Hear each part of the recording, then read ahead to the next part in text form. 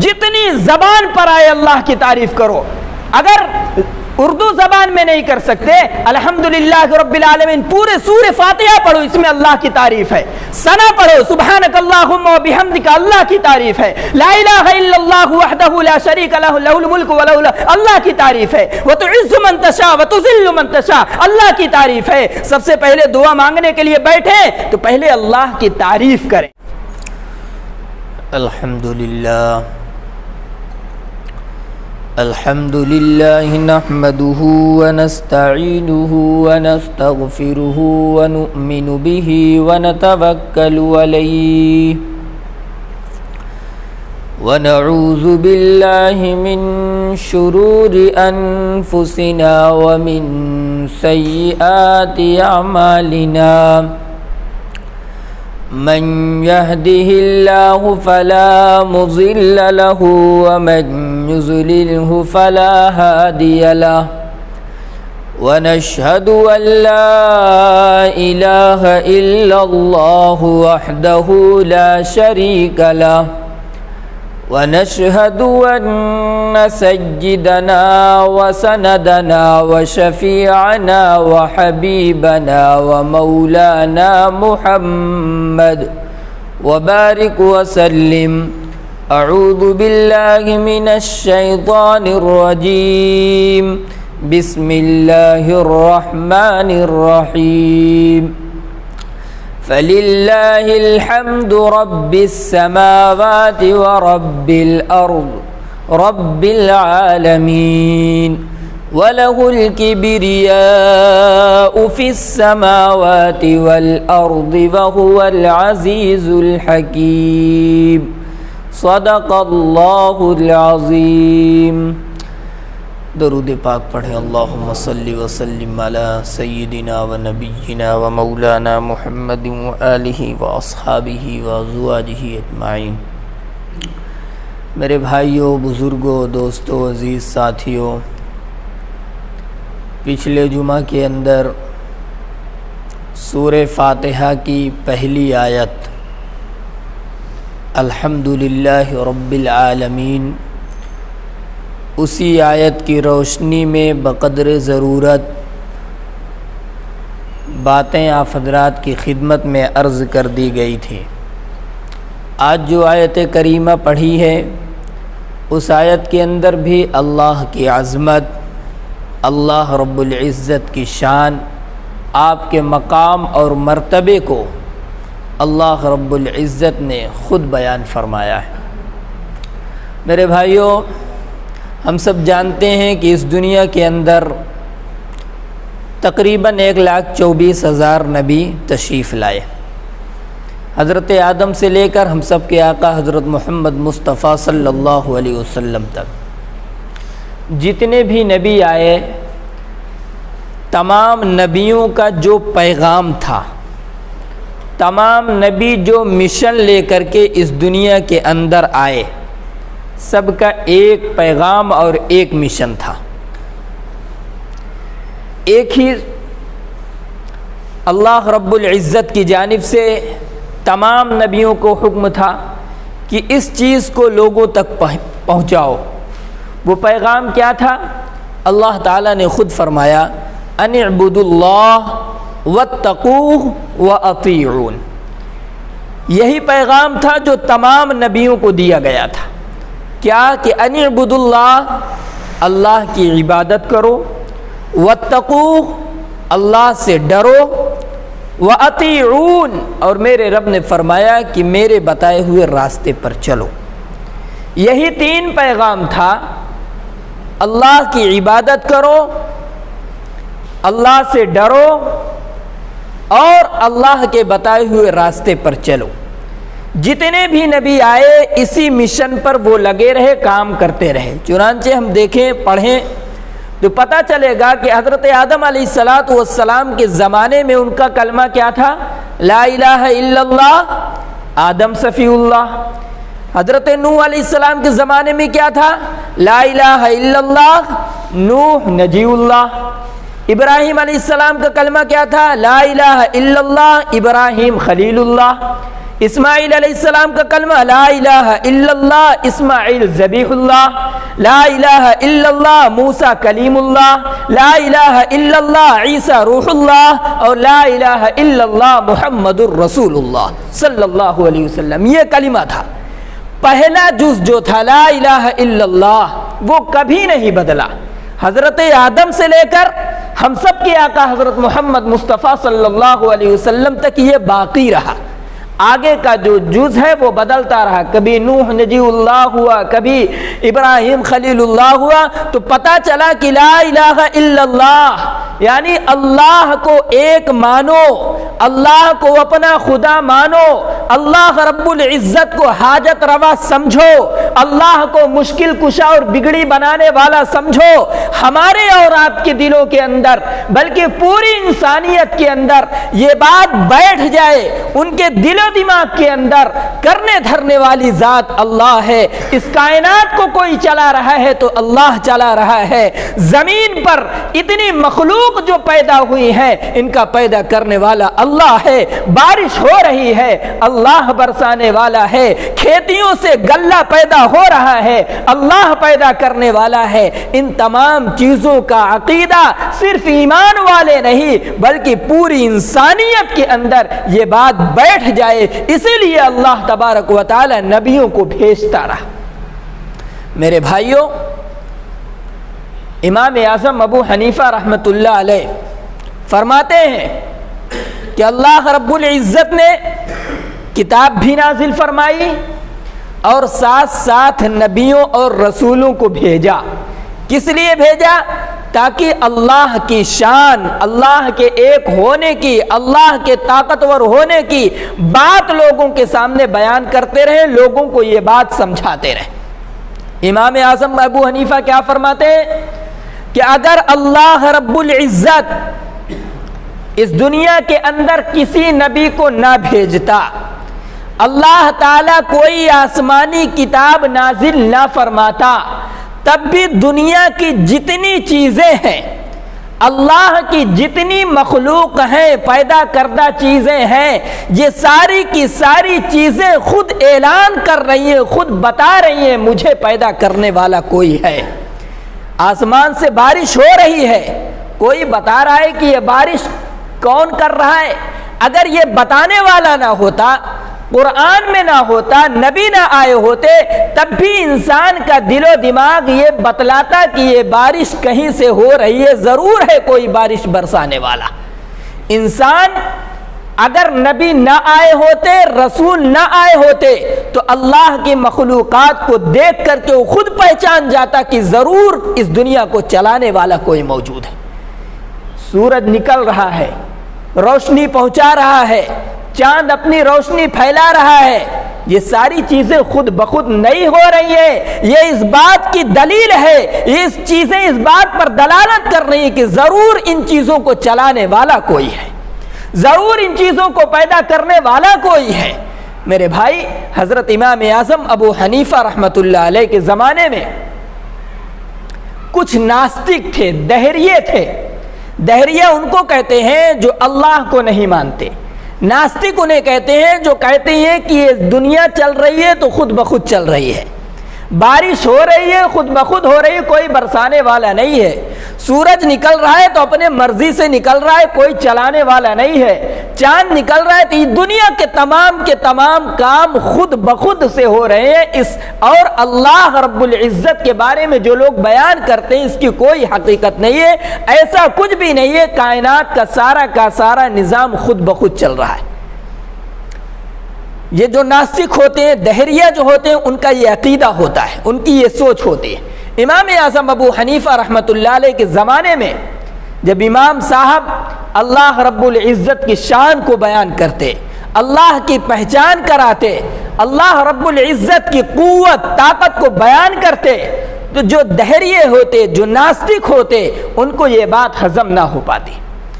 ایک شخص نے چیلنج کر دیا امام اعظم ابو حنیفہ کو اور کہا کہ آؤ ہمارے سامنے آؤ، اگر تم کہتے ہو کہ خدا موجود ہے، اس کائنات کا چلانے والا کوئی ہے، تو آؤ میرے سامنے بیٹھو اور بیٹھ کر کے ثابت کرو کہ اس کائنات کا چلانے والا کوئی ہے، کوئی خدا موجود ہے۔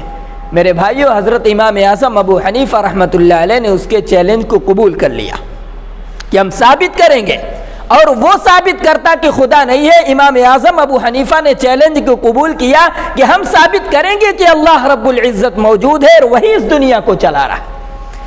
دن طے ہو گیا، تاریخ طے ہو گئی، فلاں دن فلاں تاریخ فلاں میدان میں مناظرہ ہونا ہے۔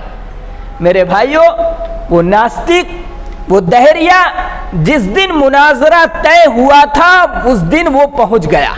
سارے لوگ جو مخالف تھے امام اعظم ابو حنیفہ کے، اور جو دشمن تھے اور جو ساتھ میں تھے، سارے کے سارے لوگ میدان میں جمع ہو گئے کہ آج دیکھا جائے گا کون جیتتا ہے اور کون ہارتا ہے۔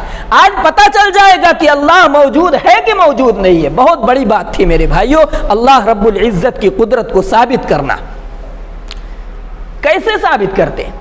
قرآن سے ثابت کرتے تو قرآن کو مانتا نہیں تھا، حدیث سے ثابت کرتے تو کہہ دیتا حدیث قرآن یہ ساری چیزیں ہم نہیں مانتے۔ عقل سے ثابت کرو، دماغ سے ثابت کرو کہ اللہ موجود ہے۔ میرے بھائی، جو ٹائم متعین ہوا تھا وہ آ چکا ہے، میدان کے اندر اسٹیج پر بیٹھ چکا ہے، اور امام اعظم ابو حنیفہ رحمۃ اللہ علیہ غائب ہیں، ابھی تک اسٹیج پر نہیں پہنچے، للکار رہا ہے، تقریر کر رہا ہے، دیکھو اپنے امام کو۔ آج میرے سامنے کھڑے ہونے کی ہمت نہیں ہے، طاقت نہیں ہے، میدان سے فرار ہو چکے ہیں، غائب ہو چکے ہیں۔ اگر خدا موجود ہوتا تو ہمارے سامنے آتے، ہمارے چیلنج کو قبول کیے، ہمارے سامنے آ کر کے بیٹھتے، بحث کرتے، جواب دیتے، لیکن وہ تو غائب ہو چکے ہیں۔ میرے بھائیوں، جو ایمان والے تھے، جو امام اعظم ابو حنیفہ کے ساتھ میں تھے، ان کے معتقدین تھے، سب حیران، یہ تو آج سارے کے سارے لوگوں کے ایمان بدل جائیں گے۔ اگر امام اعظم ابو حنیفہ نہیں آئے تو لوگوں کے دل و دماغ کے اندر یہ بات بیٹھ جائے گی کہ اللہ موجود نہیں ہے۔ اگر وہ اللہ موجود ہے تو ابو حنیفہ آتے اور ثابت کرتے۔ کافی وقت گزر جانے کے بعد، کافی ٹائم گزر جانے کے بعد امام اعظم ابو حنیفہ رحمۃ اللہ علیہ اسٹیج پر چڑھتے ہیں۔ اسٹیج پر رونق افروز ہوئے اور اس نے کہا کہ اب آپ آئے ہیں، کہاں تھے اتنی دیر؟ اللہ موجود ہے، اللہ تمام چیزوں پر قادر ہے، اللہ رب العزت نے اس دنیا کو بنایا ہے، تمہیں پہلے آنا چاہیے تھا ثابت کرنے کے لیے، اب تم آئے ہو۔ میرے بھائیوں، امام اعظم ابو حنیفہ رحمۃ اللہ علیہ خاموش رہے۔ اس نے کہا کہ چلو جواب دیجئے، اور پہلی بات یہ بتائیے کہ آپ اتنا لیٹ کیوں آئے، اس کی وجہ بتائیے، تاخیر کیوں کیے اس کی وجہ بتائیے۔ میرے بھائیو، امام اعظم ابو حنیفہ رحمۃ اللہ علیہ کوئی معمولی شخصیت نہیں تھی، اللہ نے بہت بہت بہت علم سے نوازا تھا، علم کے پہاڑ تھے۔ امام اعظم ابو حنیفہ رحمۃ اللہ علیہ اب جواب دیتے ہیں۔ امام صاحب نے فرمایا کہ دیکھو، ہم تو ٹائم سے اپنے گھر سے نکلے تھے، جو ٹائم دیا گیا تھا اسے ٹائم سے نکلے تھے، لیکن ہم جس راستے سے آتے ہیں اس راستے پر ایک دریا پڑتا ہے۔ اب ظاہر سی بات ہے، دریا پار کرنے کے لیے کشتی کی ضرورت پڑے گی، تبھی تو اس پار سے اس پار آئیں گے، اور وہاں پر کوئی کشتی تھی نہیں، ہم کیسے اس پار سے اس پار آتے؟ ہم انتظار کرتے رہے تو ہم نے دیکھا کہ اچانک اسی دریا کے پاس ایک پیڑ تھا، موٹا درخت تھا، کھڑا تھا، وہ پیڑ اچانک سے پھٹا، خود بخود وہ پیڑ خود بخود پھٹا، پھٹنے کے بعد اس کے پٹرے بنے، پلے بنے، اور خود بخود یہ کام ہو رہا ہے، اور پلے بننے کے بعد خود بخود کشتی بنی، خود سے کسی نے بنایا نہیں، خود بخود کشتی بنی۔ جب کشتی بن گئی تو بغیر کسی کے چلائے ہوئے وہ کشتی پانی میں آنے جانے لگی، اس کشتی پر بیٹھ کر کے میں نے سمندر کو پار کیا، اب یہاں آنے میں مجھے تاخیر ہو گئی۔ اب وہ جو ناستک تھا، دہریہ تھا، اس نے کہا، تمام لوگوں کو چیلنج کرتے ہوئے، للکارتے ہوئے کہا، دیکھ رہے ہو اپنے امام کو، ان کا دماغ کام کر رہا ہے کہ آؤٹ ہو چکا ہے؟ دماغ کام کر رہا ہے، کنٹرول سے باہر ہو چکا ہے۔ یہ کہہ رہے ہیں کہ دریا کے پاس ہم آئے، درخت خود بخود پھٹا، اس کے پٹرے بنے، پھر اس سے خود بخود کشتی بنی، کشتی بننے کے بعد ہم اس پر سوار ہوئے، کوئی چلانے والا نہیں تھا، دریا کے اس پار ہوئے، تب ہم جا کر کے یہاں پر پہنچے۔ ایسا ہو سکتا ہے؟ خود بخود کبھی پیڑ پھٹ کر کے پٹرے تیار ہو، کشتی بن جائے، ایسا ہو سکتا ہے؟ امام اعظم ابو حنیفہ رحمۃ اللہ علیہ نے فرمایا کہ او ناستک صاحب اب سنیے، جب پیڑ خود بخود پھٹ کر کے پٹرے خود نہیں بن سکتے، کشتی نہیں بن سکتی، کشتی سمندر میں چل نہیں سکتی ہے، جب یہ چھوٹی سی چیز کائنات کے اندر خود بخود وجود میں نہیں آ سکتی ہے، تم نے یہ کیسے مان لیا کہ اللہ رب العزت کے بغیر اتنی بڑی دنیا خود بخود چل رہی ہے؟ ایسا کیسے ہو سکتا ہے؟ امام اعظم ابو حنیفہ رحمۃ اللہ علیہ نے اسی کی بات کو پکڑ کر کے جواب دیا کہ جب یہ کشتی خود بخود نہیں چل سکتی، درخت خود بخود پھٹ کر پٹرا اس کا بن کر کے کشتی تیار نہیں ہو سکتا، تو یہ دنیا کیسے خود بخود چل رہی ہے؟ ضرور اس کا چلانے والا کوئی ہے، ضرور اس کائنات کے نظام کو چلانے والا ہے، سورج نکالنے والا ہے، چاند کو نکالنے والا ہے۔ اب وہ جو دہریہ تھا اس کے دل و دماغ کے اندر بات بیٹھ گئی، صحیح بات ہے، حقیقت میں جب ایک کشتی خود بخود نہیں چل سکتی اور اس درخت سے پٹنے نہیں تیار ہو سکتے، اس کائنات کے نظام کو چلانے والا کوئی نہیں، فوراً اس نے امام اعظم ابو حنیفہ رحمۃ اللہ علیہ کے ہاتھ پر توبہ کی اور کلمہ پڑھ کر کے مسلمان ہو گئے۔ تو میرے بھائیو، بزرگو، دوستو، پتہ کیا چلا؟ پتہ یہ چلا کہ اللہ رب العزت کو پہچاننے کے لیے، خدا کے وجود کو ماننے کے لیے بہت پڑھا لکھا ہونے کی ضرورت نہیں ہے، زیادہ علم کی ضرورت نہیں۔ انسان اس دنیا کے اندر جتنی مخلوق ہیں اسی کے اندر اگر غور کرے تو اسے خدا کی قدرت کا نظارہ خود ہو جائے گا، خدا کی قدرت کو اپنی آنکھوں سے دیکھ لے گا۔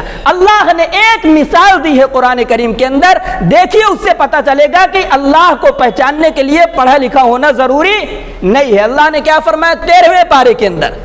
وَإِنَّ لَكُمْ فِي الْأَنْعَامِ لَعِبْرَةً نُسْقِيكُم مِّمَّا فِي بُطُونِهِ مِن بَيْنِ فَرْثٍ وَدَمٍ لَبَنًا خَالِصًا سَائِغًا لِلشَّارِبِينَ۔ اللہ تعالیٰ نے کیا فرمایا کہ دیکھو یہ چوپایا ہے، گائے ہے، بھینس ہے، بکری ہے، اس میں تمہارے لیے عبرت ہے، اللہ کی قدرت ہے۔ ہم نے اور آپ نے کبھی غور نہیں کیا، جن لوگوں نے غور کیا ان کو اللہ کی قدرت نظر آئی اور کتابوں کے اندر لکھا، جب ہم نے ان چیزوں کو پڑھا تو ہمارے سمجھ میں بھی وہ بات آئی۔ اللہ نے کیا فرمایا؟ چوپایوں کے اندر گائے ہے، بھینس ہے اور بکریاں ہیں، ان چیزوں کے اندر تمہارے لیے عبرہ، لعبرہ، تمہارے لیے نشانیاں ہیں اللہ کے موجود ہونے کی۔ کیسے؟ نسقیکم مما فی بطونہ من بین فرث ودم لبنا خالصا سائغا للشاربین۔ اللہ نے کیا فرمایا؟ جو چوپایا ہے اس کے اندر بھینس ہے، اس کے اندر کیا ہے؟ گوبر ہے، پیشاب ہے۔ جب انسان ان جانوروں کو اگر ذبح کرتا ہے، دودھ نظر آتا ہے؟ کہیں نہیں نظر آتا۔ اس کے اندر کیا ہے؟ پیشاب ہے، اس کے اندر گوبر ہے۔ اللہ نے فرمایا میری قدرت کو پہچانو، میرے بارے میں غور کرو، اس جانور کے اندر پیشاب اور پاخانے کے بیچ میں میری قدرت دیکھو، اس کے اندر میں نے دودھ کو کیسے محفوظ رکھا ہے۔ تم روزانہ اس سے دودھ نکالتے ہو، اگر تم میری قدرت کا مظاہرہ کرتے، اس گوشت کے درمیان سے، خون کے درمیان سے، پیشاب کے درمیان سے صاف شفاف دودھ، میٹھا دودھ، لذیذ دودھ، اور ایسا دودھ جس کے اندر نہ کوئی بدبو ہے، ایسا دودھ جس کے اندر نہ خون کی کوئی رنگت باقی ہے، صاف ستھرا سفید دودھ تمہیں دینے والا کون ہے؟ کیا تم نے کبھی اس پر غور کیا؟ تو میرے بھائیوں، اس کے لیے کوئی پڑھنے کی ضرورت ہے؟ اللہ نے فرمایا کہ تم میری ایک ایک نشانیوں پر غور کرتے جاؤ، تمہیں میری قدرت اس میں نظر آئے گی۔ وَإِنَّ لَكُمْ فِي الْأَنْعَامِ لَعِبْرَةً نُسْقِيكُم مِّمَّا فِي بُطُونِهِ مِن بَيْنِ فَرْثٍ وَدَمٍ لَبَنًا خَالِصًا سَائِغًا لِلشَّارِبِينَ کہ میرے بندو، ان چوپایوں کے اندر تم غور کرو، اس کے اندر سے صاف شفاف دودھ جس کو تم پیتے ہو، جس کے اندر بدبو نہیں، جس کے اندر مٹھاس ہے، جس کے اندر لذت ہے، خون کے اور پیشاب اور گوبر کے بیچ سے نکال کر کے تمہیں دینے والا کون ہے؟ وہ میری ذات ہے، اللہ کی ذات ہے، میرے رب نے یہ فرمایا۔ میرے بھائیو، بزرگ، دوستو، اس سے پتا چلا کہ اگر اللہ تعالیٰ نبیوں کو نہ بھیجتا، اللہ تعالیٰ قرآن کریم کو نازل نہ فرماتا، تب بھی انسان اگر اللہ کی مخلوق کے اندر غور کرتا اسے خدا کی قدرت نظر آ جاتی۔ بہت سارے لوگ امام اعظم ابو حنیفہ رحمۃ اللہ علیہ سے سوال کیے، بہت سارے ناستک دہریے امام اعظم کے زمانے ہر زمانے میں ہوتے، آج بھی بہت سارے ہیں، آج بھی بہت سارے لوگ ہیں جو اللہ کو نہیں مانتے اور کہتے ہیں کہ اللہ بھگوان خدا اس نام کی کوئی چیز ہے ہی نہیں، دنیا کے اندر جو کچھ بھی ہو رہا ہے سب اپنے آپ سے ہو رہا ہے۔ آج بھی بہت سارے لوگ موجود، امام اعظم ابو حنیفہ رحمۃ اللہ علیہ کے زمانے میں بہت سارے لوگ تھے۔ ایک مرتبہ پھر کچھ دہریے آئے امام اعظم ابو حنیفہ کے پاس اور کہا کہ امام صاحب میرے 3 سوال ہیں، ان سوالات کو میں نے کئی لوگوں کے سامنے پیش کیا لیکن آج تک کوئی تشفی بخش جواب نہ دے سکا جس سے مجھے اطمینان ہو جائے، کوئی ایسا جواب نہ دے سکا، آپ مجھے جواب دے دیجئے کہ مجھے اطمینان ہو جائے۔ امام صاحب نے فرمایا کیا سوال ہے؟ سب سے پہلے اس نے سوال کیا کہ آپ یہ بتائیے کہ اللہ رب العزت سے پہلے کیا چیز تھی، کون تھا اللہ سے پہلے کیا تھا؟ اس نے سوال کیا کہ اللہ سے پہلے کیا تھا، اس کا جواب ہمیں دیجیے۔ قرآن سے دیتے وہ کہتا قرآن کو ہم مانتے نہیں، حدیث سے جواب دیتے وہ کہتا حدیث کو ہم مانتے نہیں، آپ ایسا کوئی جواب دیجئے جو میرے عقل میں بھی بیٹھے، دماغ میں آ جائے۔ امام صاحب نے فرمایا کہ 1 منٹ میں جواب دے دیتا ہوں، سن لو۔ اس نے کہا جواب دیجئے۔ امام صاحب نے فرمایا کہ 10 سے لے کر کے 1 تک الٹی گنتی گنو۔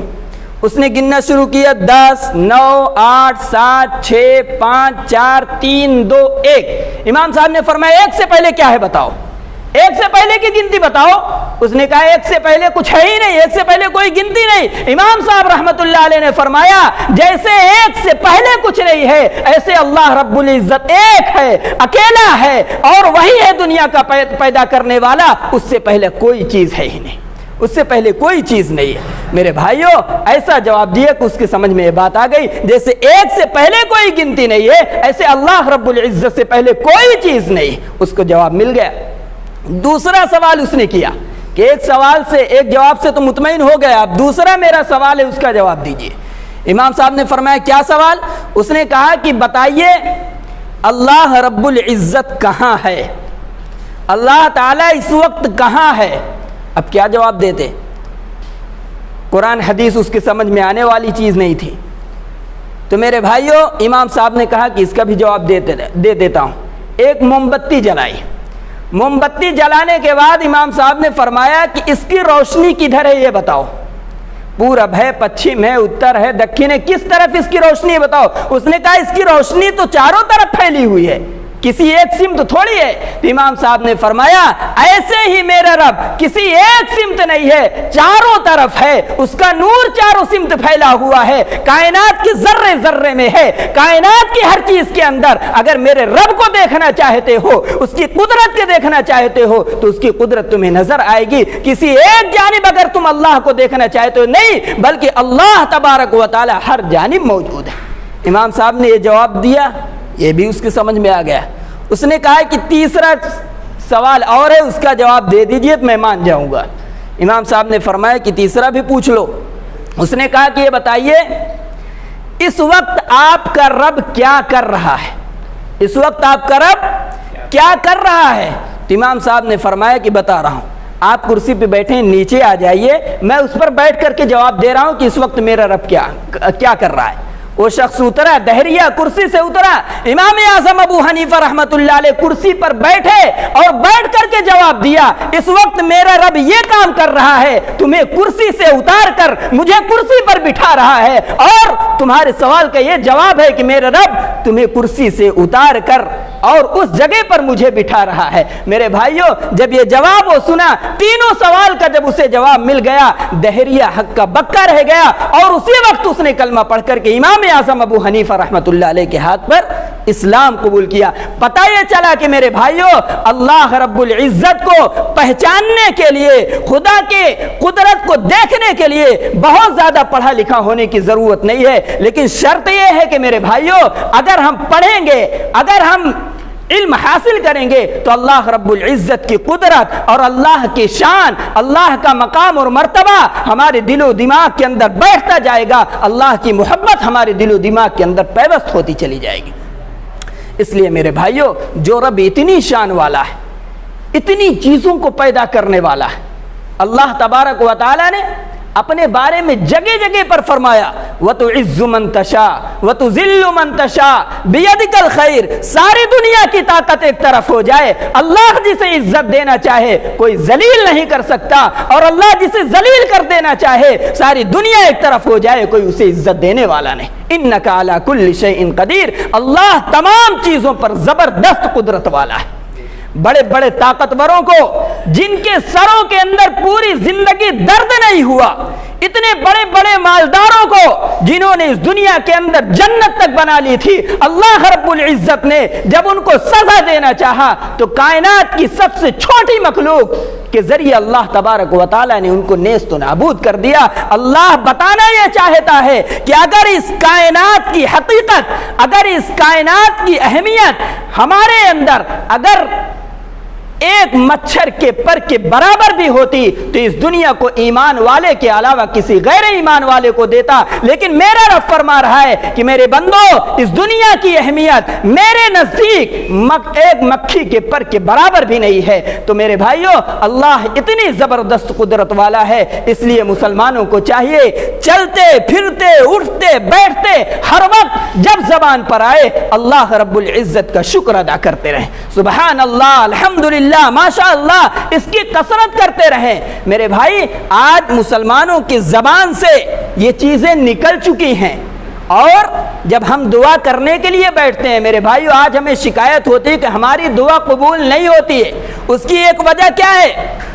ہماری دعا جو قبول نہیں ہوتی اس کی وجہ ایک یہ ہے کہ دعا کے آداب کو ہم بھول چکے ہیں، دعا کے طریقے کو ہم بھول چکے ہیں، جس طرح دعا مانگنا چاہیے وہ طریقہ ہمیں نہیں پتا۔ ایک صحابی آئے مسجد کے اندر، اللہ کے رسول صلی اللہ علیہ وسلم تشریف فرما ہے، نماز پڑھے، نماز سے فارغ ہونے کے بعد فوراً ہاتھ اٹھائے اور دعا مانگنے لگے، اللہم اغفر لی ورحمنی، اے اللہ مجھے معاف فرما اور مجھ پر رحم فرما۔ اللہ کے رسول صلی اللہ علیہ وسلم نے دیکھا تو بلایا کہ آپ ادھر آؤ، آپ ادھر آ جاؤ۔ وہ صحابی حضور کے قریب ہوئے، وہ صحابی حضور کے قریب ہوئے تو حضور نے فرمایا کہ جس طریقے سے آپ نے دعا مانگی اس طریقے سے دعا مانگی نہیں جاتی ہے، اس طریقے سے دعا نہیں مانگی جاتی ہے۔ میرے آقا صلی اللہ علیہ وسلم نے پھر دعا مانگنے کا طریقہ سکھلایا، کس طرح سے دعا مانگا جائے۔ اگر اس طریقے پر دعا مانگی جائے تو یقیناً اللہ تبارک و تعالی دعا کو قبول فرماتے ہیں۔ کیا فرمایا حضور نے؟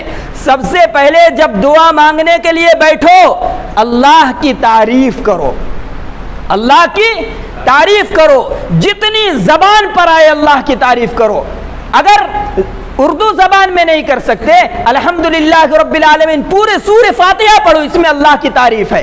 ثنا پڑھو، سبحانک اللہم و بحمدک، اللہ کی تعریف ہے۔ لا الہ الا اللہ وحدہ لا شریک لہ، لہ الملک و لہ اللہ کی تعریف ہے۔ وتعز من تشاء وتذل من تشاء، اللہ کی تعریف ہے۔ سب سے پہلے دعا مانگنے کے لیے بیٹھے تو پہلے اللہ کی تعریف کریں۔ دنیا کے اندر ہمیں کسی سے لینا ہوتا ہے، پہلے سے ہم مکھن لگاتے ہیں، پہلے سے اس کے جو ہے خوش کرنے کی کوشش کرتے ہیں، تب جا کر کے اپنی بات کو اس کے سامنے رکھتے ہیں۔ تو میرے بھائیوں، اللہ کے رسول صلی اللہ علیہ وسلم نے فرمایا اللہ سے کچھ مانگنا ہے پہلے اللہ کی تعریف کرو اور اس کے بعد مجھ پر درود پڑھو۔ حضور نے فرمایا کہ پہلے اللہ کی تعریف ہونی چاہیے، اس کے بعد مجھ پر درود ہونی چاہیے، اس کے بعد اپنی ضرورت کو پیش کرنی چاہیے۔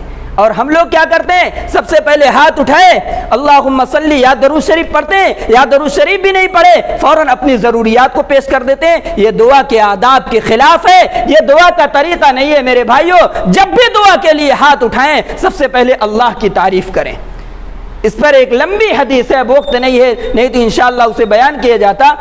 آئندہ جمعہ کو انشاءاللہ اس پر گفتگو کی جائے گی۔ اللہ رب العزت کہنے اور سننے سے زیادہ عمل کرنے کی توفیق عطا فرمائے۔ وآخر دعوانا الحمدللہ۔